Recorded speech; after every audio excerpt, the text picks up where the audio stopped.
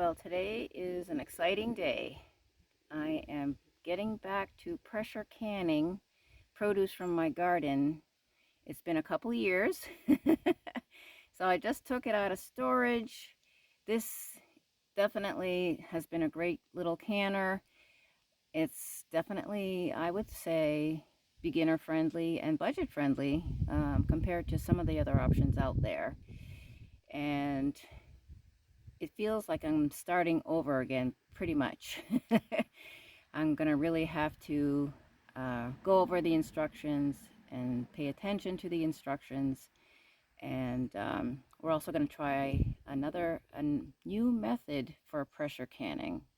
I'm also gonna be using this outdoor cook stove for the first time ever for pressure canning. I bought this at the beginning of 2024, even before we had decided that we were moving and that's what we wanted to do. But I had seen people use these in the summertime to do their canning outside instead of heating up their home in the middle of summer. So that's why I initially bought it, and then I also realized when we were going to be moving that it would probably come in handy for cooking outside, and because I didn't know what situation we were going to have for cooking, and this has been definitely a great purchase. It was around $120, and they're definitely still going around that price. I also bought like a little shield that goes around the burner to help protect from the wind, which I'm definitely going to need today. It was nice and calm this morning, but the wind is picking up now. I don't know how much of a problem it's going to be because the this surround around the burner is elevated like 2 or 3 inches above the flame, so it may or may not be an issue. So this is definitely going to be a learning process, learning how to can after a couple of years, and also doing it on this stove. Tim has hooked up this larger propane tank for me because, again, I'm not sure how much propane I'm going to use for one canning session, and I don't want to run out because then you got to start over, and then you probably end up over processing your food. So today we're going to be doing beans, string beans. We definitely had an abundance from our garden yesterday, so we are going to get that canned. We have a few bags down here of the beans, and we also got quite a bit of cucumbers. These are the larger ones. These are going to be for the chickens, which they're thoroughly enjoying. But these were a little bit past their prime. They stayed on the vine too long, but they needed to be picked. And now we can keep up with the cucumbers, and I definitely want to do some pickles. Welcome to Crooked River Homestead, everyone, and welcome to my small camper kitchen. So Tim has done some other things to get the camper stove ready, and I'm in here. I already heated up my jars. They're sitting in hot water right now, and then I'm heating up some hot water to fill the jars with after I've put the string beans in. And I've also got some lids over here ready to get warmed up. So right now I'm just going to be washing and cutting the string beans. And one of my questions, all of my canning books say to put your string beans in hot jars even if the string beans are cold. And my question was, okay, I think that's hot enough. My question was, can I just have everything cold? The jars, the water, and the pressure, the bottom of the pressure canner. Yes, it's going to take a little bit longer to warm up, but to me that seemed easier and less time consuming than heating all of this up.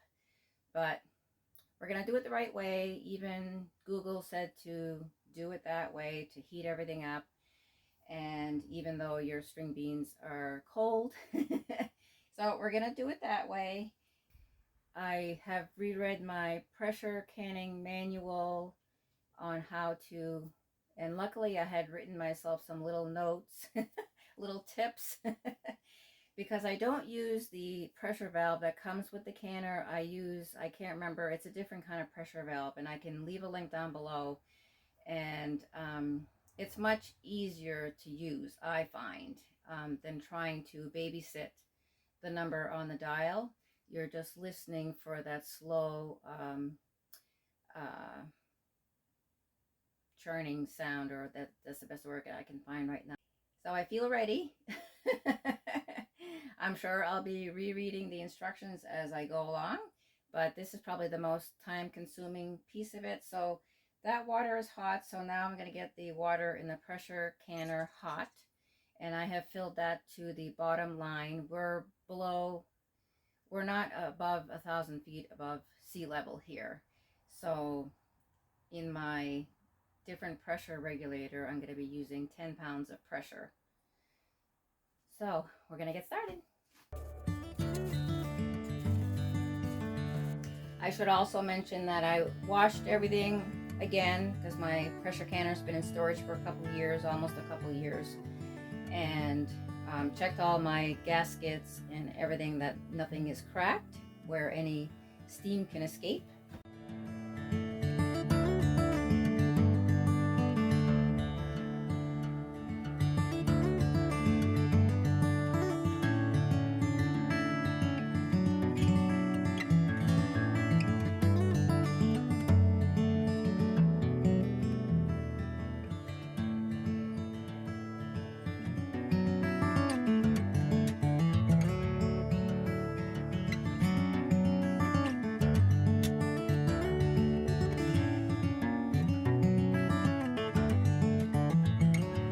Okay, we got all our 7 quarts of beans in there, so ready to bring this outside, and definitely gonna have Tim do it. This is very heavy, especially with the full jars in there, and I was able to, in our previous property, I was able to do a lateral move from the counter to the stove and that was it. But to bring it outside, no. So we're just gonna lock our cover on, and then it's ready to go. I did find that I prefer my string beans a little bit longer, but I did find that if I cut them shorter, I could fit more in a jar. So I was able to fit more in the last 3 jars. So I used up quite a bit of what we had picked. We just have a little bit left, maybe for another meal or 2. And then some for the chickens, those bigger ones. So we'll meet you outside. All right, well, that didn't go well. We tried it outside, and my manual recommends not using an LP burner greater than 12,000 BTUs.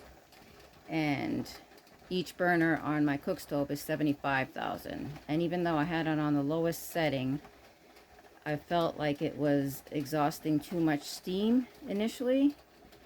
So we're trying the camper stove after all. So I have it back to venting. I don't know if you can see it. So it's venting for, I gotta vent it for 10 minutes, and then I'll put my little regulator on here. And we just want it dancing a little bit, rocking gently back and forth once I put that on there. And then if it's going too fast, then you lower the heat, and if not, I've got it on high right now, so we're gonna see how it goes. I'd hate to waste all those beans.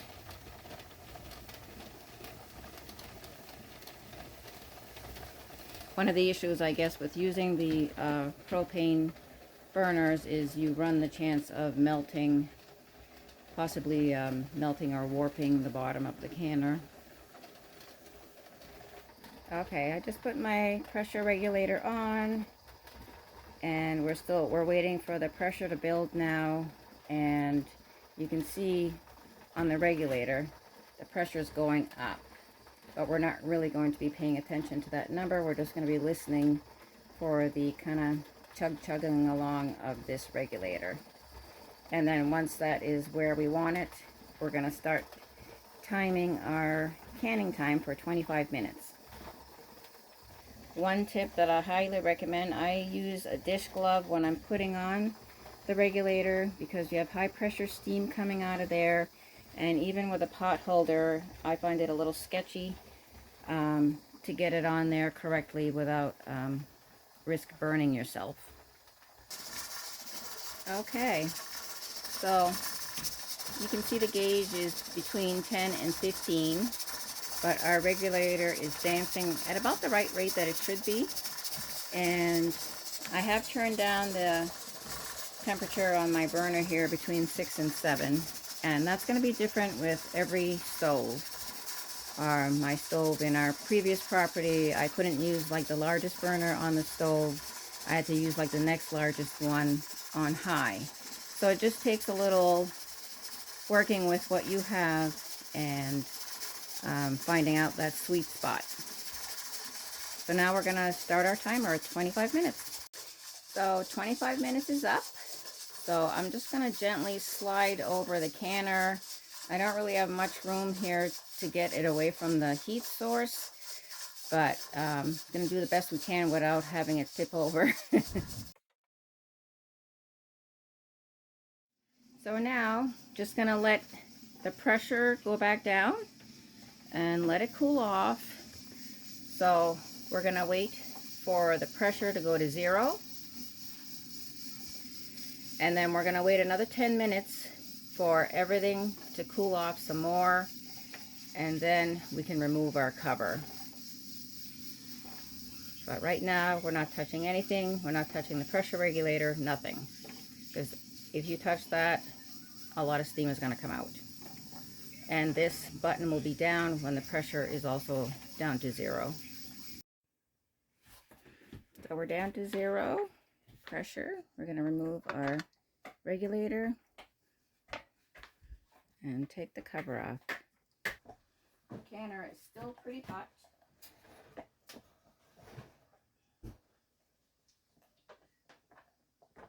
And open it away from you, but I have no space here.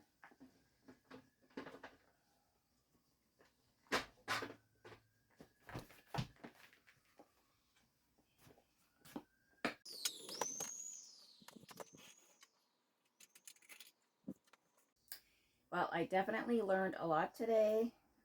That the outdoor stove made me nervous because it's written all over my pressure canning handbook not to use an outdoor LP burner that's greater than 12,000 BTUs, and our cook stove, each burner is 75,000 BTUs, and even though I had it on the lowest setting, I've still felt like I was losing so much steam when it started to vent the steam. So we brought it in here in the hopes that the camper stove could handle it, and it did, which is awesome. So the jars look like they have sealed already. We'll know more in the morning. The jars are still kind of bubbling right now. They're still very hot. So that means if this canning session was successful, I can pressure can throughout the winter without any issues. I didn't know if the burner on the stove could heat up enough, and I've had issues with that burner. Mostly when I have it on very low, the flame is still on, but it stops heating, if that makes any sense, and it makes this little sputtering noise, and you have to shut it off and reignite it, and then it's okay for a couple minutes. And it's only usually when I'm doing the English muffins, because those are done, takes me like over an hour sometimes to cook them all on that low setting. So it's kind of a pain when I'm doing that. But on the high setting, it did fine today. And now we're going to have hopefully 7 beautiful jars of beans for the shelf for the pantry this winter, and there's more to come. We're going to be picking more and canning more. And I plan on trying to can some of my Swiss chard, because that's really coming in well this summer as well, and I haven't tried that yet. So we're going to try canning Swiss chard and see if we like that. Canning is such a learning process, and you'll try things that came out okay, but your family may not love it, may not love the texture. For instance, when I can ugly chicken or pressure can chicken, it's the raw pack method, and it cooks. Tim does not like the texture of that version, and so what I do for the chicken that I can for him is I'll parboil it a little bit, and then I will pressure can it just like I would, and he likes that method. So just little things like that. And then I do have the Ball canning book, and they have some really, to me, some of those recipes are kind of out there, or they seem like they're a lot of work, and I'm not so sure that we would like them. So right now I'm just sticking to things that we like. But I did flag a barbecue sauce recipe in the canning book, and so if I'm going to get as many tomatoes as I think I'm going to get, then we're going to try some barbecue sauce. Well, thanks for joining me today. Please like and share this video. If you haven't subscribed yet, I would love it if you'd join us on our journey as we build our off-grid homestead. And let me know your canning experiences. Have you canned like completely cold? Like, to me it makes sense. I know they don't want, like heat shock and stuff, because they don't want your jars breaking, but if you start with the water and your pressure can are cold, your beans are cold, the jars are cold, and the water you put in the jars is cold, then yeah, it's going to take a little longer to bring everything up to temperature, but oh well. We did it according to the book today. It's just, I always try to find methods that may be a little bit easier, but I still want to be safe, definitely when I'm canning. We'll see you next time. Bye. I'll keep praying to heaven and fighting like hell.